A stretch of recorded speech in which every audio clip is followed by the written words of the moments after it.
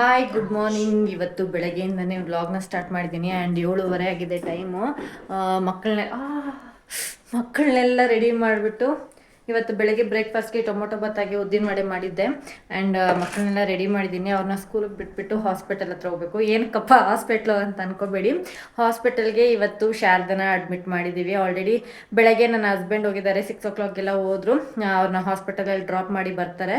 ಯಾಕೆಂದರೆ ನಾನು ಹೋಗ್ಬಿಟ್ರೆ ಮಕ್ಕಳಿಗೆ ಕಷ್ಟ ಆಗುತ್ತೆ, ಬಾಕ್ಸ್ ರೆಡಿ ಮಾಡಬೇಕು. ಹಾಗಾಗಿ ಸೊ ಅವ್ರು ಇನ್ನೇನು ಬರ್ತಾ ಇದ್ದಾರೆ. ನಾನು ಕೂಡ ರೆಡಿಯಾಗಿದ್ದೀನಿ, ಮಕ್ಕಳು ಕೂಡ ರೆಡಿಯಾಗಿದ್ದಾರೆ. ಮಕ್ಕಳನ್ನ ಸ್ಕೂಲ್ ಹತ್ರ ಡ್ರಾಪ್ ಮಾಡಿಬಿಟ್ಟು ಇನ್ನು ಹಾಗೆ ನಾವು ಹೋಗೋಣ ಅಂತ. ಇನ್ನು ಬ್ರೇಕ್ಫಾಸ್ಟ್ನ ಕೆಳಗಡೆ ಪಾಪ ಅಜ್ಜಿ ಇದ್ದಾರೆ, ಸೊ ಅವರಿಗೆ ಕೊಟ್ಬಿಟ್ಟು ಹೋಗೋದು. And welcome back to my YouTube channel. ಯಾರೆಲ್ಲ ಇನ್ನೂ ಸಬ್ಸ್ಕ್ರೈಬ್ ಮಾಡಿಲ್ಲ ಅಥವಾ ಫೇಸ್ಬುಕ್ಕಲ್ಲಿ ನೋಡ್ತಾ ಇದ್ದೆ, ಯಾರೆಲ್ಲ ಫಾಲೋ ಮಾಡಿಲ್ಲ ದಯವಿಟ್ಟು ಫಾಲೋ ಮಾಡ್ಕೊಳ್ಳಿ. ಹಾಗೆ ನನ್ನ ಯೂಟ್ಯೂಬ್ ಚಾನಲ್ ನೇತ್ರ MJ ವ್ಲಾಗ್ಸ್ ಅಂತ ಇದೆ, ಅಲ್ಲಿ ಸಬ್ಸ್ಕ್ರೈಬ್ ಮಾಡ್ಕೊಳ್ಳಿ. ಆ್ಯಂಡ್ ಇವತ್ತಿನ ವ್ಲಾಗ್ ಈಗ ಸ್ಟಾರ್ಟ್ ಆಗಿದೆ. ಫುಲ್ ಕ್ಯೂರಿಯಾಸಿಟಿ, ಏನು ಬೇಬಿ ಆಗುತ್ತೆ ಅಂತ ಅಂದ್ಬಿಟ್ಟು. ಗಂಡಾಗಲಿ ಅಂತ ನಾವು, ಬಿಕಾಸ್ ಆಲ್ರೆಡಿ ಒಂದು ಹೆಣ್ಣಿದೆ ಅಲ್ವಾ, ಸೊ ಇನ್ನೊಂದು ಗಂಡಾಯಿತು ಅಂತಂದರೆ ತುಂಬಾ ಖುಷಿ ಆಗುತ್ತೆ.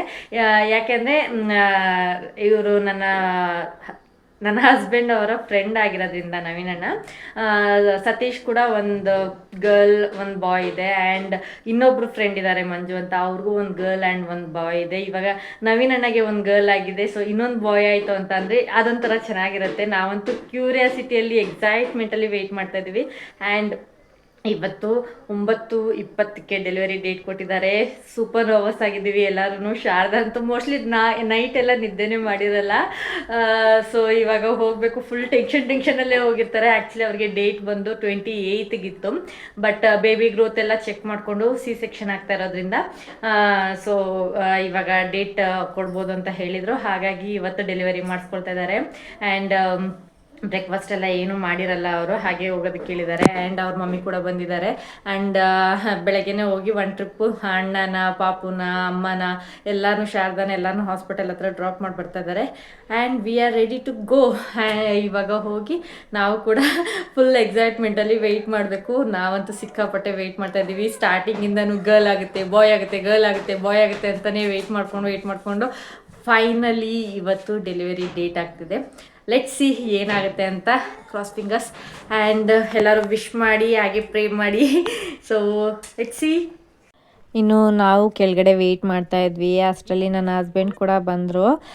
ಮಕ್ಕಳನ್ನೆಲ್ಲ ಸ್ಕೂಲ್ ಹತ್ರನೇ ಡ್ರಾಪ್ ಮಾಡಿಬಿಟ್ಟು ಹೋಗೋಣ ಅಂತ ಅಂದ್ಬಿಟ್ಟು ಬೆಳಗ್ಗೆನೇ ಮಕ್ಕಳನ್ನೆಲ್ಲ ರೆಡಿ ಮಾಡಿಸಿ ವೆಯ್ಟ್ ಮಾಡಿಸ್ತಾ ಇದ್ದೆ. ಹಾಗೆ ನನ್ನ ಮಗನ ಕೇಳ್ತಾ ಇದ್ದೆ, ಯಾಕೋ ಸ್ವಲ್ಪ ಕಲರ್ ಬಂದಿದ್ದೀವಲ್ಲ ಅಂತ. ಅದಕ್ಕೆ ಅವ್ನು ರೇಗಿಸ್ತಾ ಇದ್ದ, ನೀನು ಫಿಲ್ಟ್ರ್ ಹಾಕಿದ್ಯಾ ಮಮ್ಮಿ ಅಂತ ಅಂದ್ಬಿಟ್ಟು.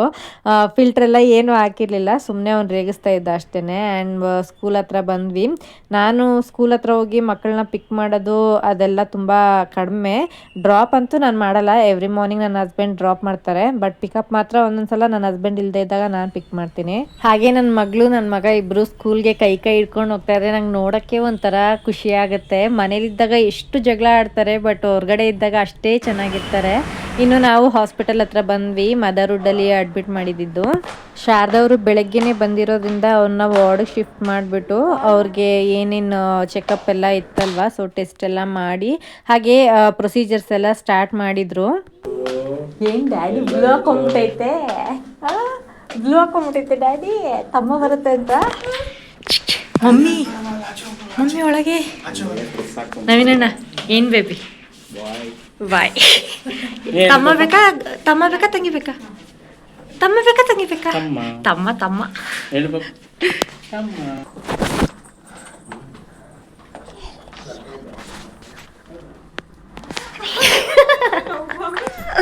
ಶಾರದಾ ಯಾವ ಬೇಬಿ ಬೇಕು? Boy girl? ಬಾಯ್. ಅಮ್ಮ ಬಾಯ ಗರ್ಲ್? ಅಮ್ಮ ಬಾಯ ಗರ್ಲ್? ಹೇಳಿಮ್ಮ. ಬಾಯ ಗರ್ಲ್?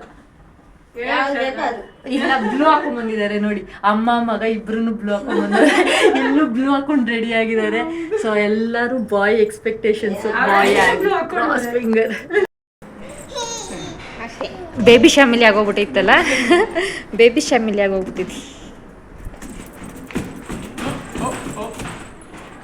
ಇನ್ನು ನಮಸ್ವಿಗೆ ನಾವೇನು ಇಲ್ಲಿಗೆ ಬಂದಿದ್ದೀವಿ ಅಂತ ಕೂಡ ಗೊತ್ತಿಲ್ಲ ಪಾಪ. ನವೀನಣ್ಣ ಅಂತೂ ಏನೋ ಬಾಯ್ ಬೇಬಿ ಆಗುತ್ತೆ ಅಂತ ಅಂದ್ಬಿಟ್ಟು ಬ್ಲೂ ಬಲೂನ್ಸ್ ಎಲ್ಲ ಇಟ್ಕೊಂಡು ಪಾಪು ಹತ್ರ ಕೊಟ್ಟಿದ್ದಾರೆ. ಹಾಗೆ ನಮಸ್ವಿಗೆ ಅವ್ರ ಅಮ್ಮನ ಒಳಗಡೆ ಕರ್ಕೊಂಡು ಹೋಗಿರೋದ್ರಿಂದ ಅದಕ್ಕೆ ಒಂಥರ ಆಗೋಗ್ಬಿಟ್ಟಿದೆ. ಇರ್ತಾನೆ ಇಲ್ಲ, ಮಮ್ಮಿನ ಒಳಗಡೆಗೆ ಹಾಕಿದ್ದಾರೆ, ಇಂಜೆಕ್ಷನ್ ಚುಚ್ತಾ ಇದ್ದಾರೆ ಅಂತ ಅಂದ್ಬಿಟ್ಟು ಅದು ಒಂದು ಕಡೆ ನಿಲ್ತಾನೆ ಇಲ್ಲ. ಒಳಗಡೆಗೆ ಹೋಗ್ಬೇಕು ಅಂತ ಹಠ ಮಾಡ್ತಾ ಇತ್ತು. ನಾವು ಕೂಡ ಇನ್ನೇನು ಅವ್ರನ್ನ ಲೇಬರ್ ವಾರ್ಡ್ ಕರ್ಕೊಂಡು ಹೋಗ್ತಾರೆ ಅಂದ್ಬಿಟ್ಟು ಆಚೆ ಕಡೆನೇ ವೆಯ್ಟ್ ಮಾಡ್ತಾ ಇದ್ವಿ. ಇನ್ನೂ ಸ್ವಲ್ಪ ಟೈಮ್ ಇದೆ ಅಂತ ಅಂದ್ಬಿಟ್ಟು ಸರಿ ಅಲ್ಲೇ ಕ್ಯಾಂಟೀನಲ್ಲಿ ಹೋಗಿ ಬ್ರೇಕ್ಫಾಸ್ಟ್ ಮಾಡ್ಕೊಂಡು ಬಂದ್ಬಿಡೋಣ, ಪಾಪುಗೂ ಏನಾದರೂ ಸ್ವಲ್ಪ ತಿನ್ಸ್ಕೊಂಡು ಬರೋಣ ಅಂತ ಅಂದ್ಬಿಟ್ಟು ಅಲ್ಲೇ ಕ್ಯಾಂಟೀನಿಗೆ ಬಂದ್ವಿ. ಹೊರಗಡೆಗೆ ಹೋಗೋಣ ಅಂತ ಅಂದ್ಕೊಂಡ್ವಿ, ಬಟ್ ಟೈಮ್ ಆಗೋಗುತ್ತೆ ಡೆಲಿವರಿಗೆ ಅಂತ ಅಂದ್ಬಿಟ್ಟು ಒಳಗಡೆನೆ ಮಾಡೋಣ ಅಂತ. ಬಟ್ ಫುಡ್ ಏನು ಗೊತ್ತಲ್ವಾ, ಹಾಸ್ಪಿಟಲ್ ಫುಡ್ಸ್ ಏನು ಅಷ್ಟೊಂದು ಚೆನ್ನಾಗಿರಲ್ಲ. ಬಟ್ ಟೈಮ್ ಇಲ್ಲದೆ ಇರೋದ್ರಿಂದ ಓಕೆ ಇಲ್ಲೇ ತಿನ್ಕೊಂಡು ಹೋಗೋಣ ಅಂತ ಅಂದ್ಬಿಟ್ಟು ಇಲ್ಲಿಗೆ ಬಂದಿದ್ದೀವಿ. ನಮಸ್ವಿಗಂತೂ ಅವ್ರ ಅಮ್ಮ ಇಲ್ಲ ಅಂತಂದರೆ ತಿನ್ಸೋದೇ ಪಾಪ ಕಷ್ಟ ಆಗೋಗ್ಬಿಟ್ಟಿದೆ.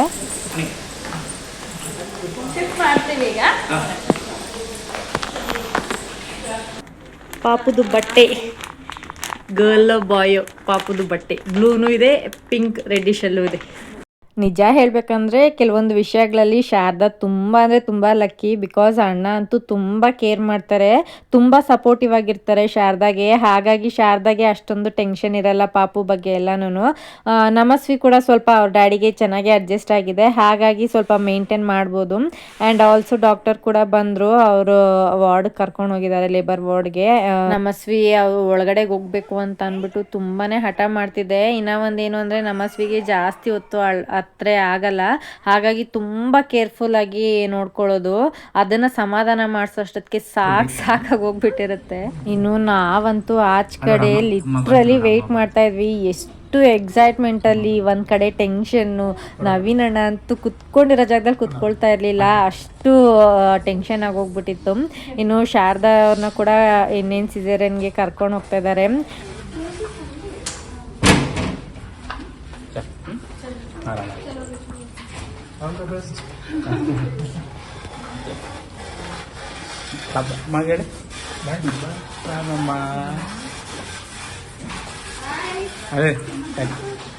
ಹಾಗೆ ಶಾರದಾ ಅವ್ರು ಕೂಡ ಓಟಿಗೆ ಹೋದ್ಮೇಲೆ ನಮಸ್ವಿಗೆ ಯಾಕೆ ನಮ್ಮಮ್ಮನ ಈ ಅವತಾರದಲ್ಲಿ ಕರ್ಕೊಂಡು ಹೋಗ್ತಾ ಇದ್ದಾರೆ ಅಂತ ನಮಸ್ವಿ ಕೂಡ ನೋಡ್ತಾ ಇತ್ತು.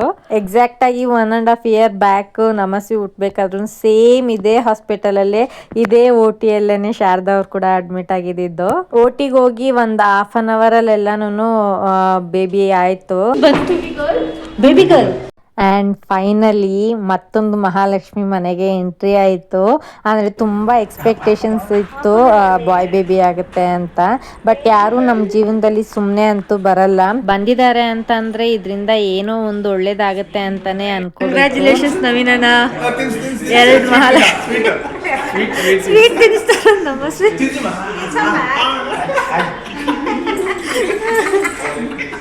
ಅಯ್ಯೋ ಏನು ಖುಷಿ. ಹೆಣ್ಮಗು ಆಯ್ತು ಅಂತ ನಿಜವಾಗ್ಲೂ ಅಲ್ಲಿ ಯಾರಿಗೂ ಬೇಜಾರಾಗಿಲ್ಲ. ಅಂದ್ರೆ ಸ್ವಲ್ಪ ಬೇಜಾರಂತೂ ಆಯ್ತು, ಬಿಕಾಸ್ ನವೀನಣ್ಣಗೆ ತುಂಬಾ ಆಸೆ ಇತ್ತು ಬಾಯ್ ಬೇಬಿ ಆಯ್ತು ಅಂತ ಅಂದ್ರೆ ಕ್ರಿಕೆಟರ್ ಮಾಡ್ಬೇಕು ಅಂತ ತುಂಬಾ ಅಂದ್ರೆ ತುಂಬಾ ಆಸೆ ಇಟ್ಕೊಂಡಿದ್ರು.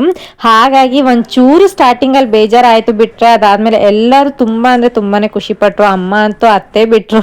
ಇನ್ನು ನನ್ನ ಹಸ್ಬೆಂಡು ನಮಸ್ವಿನ ಕರ್ಕೊಂಡು ಕೆಳಗಡೆ ಹೋಗಿದ್ದಾರೆ, ಅದಂತೂ ಮೇಲ್ಗಡೆ ಇರ್ತಾನೆ ಇರ್ಲಿಲ್ಲ. ಹಾಗೆ ಇನ್ನ ಶಾರದಾ ಅವ್ರ ಅಕ್ಕ, ಅವರ ತಮ್ಮನ ಹೆಂಡತಿ, ಅವ್ರ ಅಪ್ಪ, ಅವ್ರ ಫ್ಯಾಮಿಲಿ ಎಲ್ಲರೂ ಬರೋದಕ್ಕೆ ಸ್ಟಾರ್ಟ್ ಆದ್ರು. ಇನ್ನು ಶಾರದಾ ಅವ್ರನ್ನ 3 years ಅಬ್ಸರ್ವೇಷನ್ ಅಲ್ಲಿ ಇಟ್ಟಿದ್ರು. ಸೊ ಇನ್ನು ಅದಾದ್ಮೇಲೆ ಪಾಪುನ ಹಾಗೆ ಶಾರದಾನಿಬ್ಬರನ್ನು ವಾರ್ಡ್ಗೆ ಶಿಫ್ಟ್ ಮಾಡೋದು ಅಂತ ಆಯ್ತು. ಅಷ್ಟರಲ್ಲಿ ಪಾಪುಗೂ ಸ್ವಲ್ಪ ಏನಾದ್ರು ತಿನ್ಸ್ಬಿಡೋಣ ಅಂತ ಅಮ್ಮ ಊಟ ಮಾಡಿಸ್ತಾ ಇದ್ದಾರೆ. ಅಷ್ಟರಲ್ಲಿ ಬೇಬಿ ಬಂತು. ಪಾಪು ಅಂತೂ ಸಿಕ್ಕಾಪಟ್ಟೆ ಕ್ಯೂಟ್ ಆಗಿದೆ. ಎಷ್ಟು ಕ್ಯೂಟ್ ಆಗಿದೆ ಅಂತ ಅಂದ್ರೆ ರಿಯಲ್ ಆಗಿ ಹೇಳ್ಬೇಕು ಅಂತಂದ್ರೆ ಯಾವುದೋ ಒಂದು ಚಿಕ್ಕ ಗೊಂಬೆ, ಈ ಸ್ಮೂತ್ ಗೊಂಬೆ ಬರುತ್ತಲ್ಲ, ಕಾಟನ್ ಗೊಂಬೆ, ಅದನ್ನ ಇಟ್ಕೊಂಡಿರೋ ತರ ಫುಲ್ ಅಂದ್ರೆ ಫುಲ್ ರೆಡ್ಡಿಶ್ ಆಗಿ ಸಖತ್ತಾಗಿತ್ತು. ಮಾತ್ರ ಯಾರು ದೃಷ್ಟಿ ಹಾಕ್ಬೇಡಿ. ನಂಗೆ ನಮಸ್ವಿ ಹುಡ್ದಾಗ್ಲೂನು ಇದೇ ತರಾನೇ ಫೀಲ್ ಆಗಿತ್ತು. ಬಟ್ ಇದು ನಮಸ್ವಿಗಿಂತ ಸ್ವಲ್ಪ ಕಲರ್ ಜಾಸ್ತಿ ಇತ್ತು ಹುಡ್ದಾಗ, ಬಟ್ ಅದು ನಾರ್ಮಲ್ ಕಲರ್ ಬಂದ್ಬಿಡತ್ತೆ. ಆದ್ರೂ ಬೇಬಿ ಮಾತ್ರ ಸಖತ್ತಾಗಿದೆ, ಸೂಪರ್ ಆಗಿದೆ. ನಂದೇ ದೃಷ್ಟಿ ನನ್ನ ಸೊಸೆಗೆ. ಹಾಗೆ ಶಾರದಾನ ಕೂಡ ವಾರ್ಡ್ಗೆ ಶಿಫ್ಟ್ ಮಾಡ್ತಾ ಇದ್ದಾರೆ. ಪಾಪ ಶಾರದಾ ಅಂತೂ ಸಿಕ್ಕಾಪಟ್ಟೆ ಪೇನ್ ಅನುಭವಿಸ್ತಾ ಇದ್ದಾರೆ ಈ ಸಲ. ಬಿಕಾಸ್ ಅವ್ರಿಗೆ ಫ್ಯಾಮಿಲಿ ಪ್ಲಾನಿಂಗ್ ಪ್ಲಸ್ ಪಾಪುದು ಸಿ ಸೆಕ್ಷನ್ 2 ಆಗಿರೋದ್ರಿಂದ ಸಿಕ್ಕಾಪಟ್ಟೆ ಪೇನ್ ಅಲ್ಲಿದ್ದಾರೆ ಅವರು. ಯಾರದು ಏ ಗೊಂಬೆ ಅನ್ಕೊಂಡ್ಬಿಟ್ಟಿ ಆಮೇಲೆ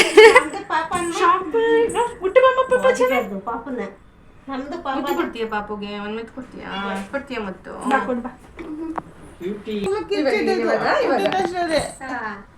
ಅಲ್ಲಿ ಗೆದ್ದು ಬರೋವರೆಗೂ ಕಿರ್ಚಿದೆ. ಇನ್ನೊಂದ್ಸಲ ಕಲ್ಸ್ಬಿಟ್ರೆ ಸಾಕು. ಆಮೇಲೆ ಹೆಣ್ಣಿನ ಬಗ್ಗೆ ತುಂಬ ಜನ ಕೇವಲವಾಗಿ ಮಾತಾಡ್ತಾರೆ. ಬಟ್ ಒಂದು ಹೆಣ್ಣು ಒಂದು ಮಗುನ ಇರಬೇಕು ಅಂತ ಅಂದಾಗ ಆ ನೋವನ್ನ ಅನುಭವಿಸಿದ್ರೆ ಮಾತ್ರ ನಿಜವಾದ ಫೀಲಿಂಗ್ಸ್ ಹೆಣ್ಮಕ್ಳ ಬಗ್ಗೆ ಮಾತಾಡೋರಿಗೆ ಅರ್ಥ ಆಗೋದಕ್ಕೆ ಸಾಧ್ಯ. ಕೆಲವೊಬ್ರು ಹೇಳ್ಬೋದು ಏನ್ C-section ಅಂದ್ರೆ ಏನು ಆಪರೇಷನ್ ಮಾಡ್ತಾರೆ, ನೋವು ಗೊತ್ತಾಗಲ್ಲ, ಮಗುನ ಆರಾಮಾಗಿ ಆಚೆ ತೆಗಿಬೋದು ಅಂತ. ಹೇಳಕ್ ತುಂಬಾ ಈಸಿ. ಬಟ್ ಅನಸ್ತೇಷಿಯಾ ಕೊಡ್ಬೇಕಾದ್ರೆ ಅಲ್ಲಿ ಆಗುವಂತ ನೋವಿರ್ಬೋದು, ಅದಾದ್ಮೇಲೆ ಆಪರೇಷನ್ ಆದ್ಮೇಲೆ ಅನುಭವಿಸುವಂತ ನೋವುಗಳಿರ್ಬೋದು, ಅದನ್ನ ತುಂಬಾ ಈಸಿಯಾಗಿ ಮಾತಾಡೋರ್ಗೆ ಯಾರಿಗೂನು ಅದು ಅರ್ಥ ಆಗಲ್ಲ. ಇನ್ನು ಎಲ್ಲಾರ್ಗು ಸ್ವೀಟ್ಸ್ನ ಹಂಚ್ತಾ ಇದೀವಿ. ಅಂದ್ರೆ ಅಣ್ಣ ತಗೊಂಡ್ ಬಂದ್ರು, ನಾನು ಎಲ್ಲಾರ್ಗು ಕೊಡ್ತಾ ಇದ್ದೀನಿ.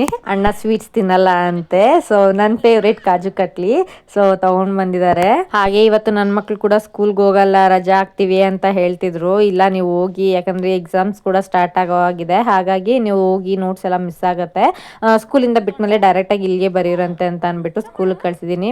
ನಿಯರ್ ಬೈ ಇರೋದ್ರಿಂದ ಹೋಗಿ ಕರ್ಕೊಂಡ್ ಬಂದ್ಬಿಡ್ಬೋದು ಸ್ಕೂಲ್ ಬಿಟ್ಟಿದ ತಕ್ಷಣ. ಇನ್ನಿಲ್ಲಿದ್ದು ಏನು ಯೂಸ್ ಇಲ್ಲ, ಹಾಗಾಗಿ ನನ್ನ ಹಸ್ಬೆಂಡ್ ಹೋಗ್ಬಿಟ್ಟು ಕರ್ಕೊಂಡು ಬರ್ತಾರೆ.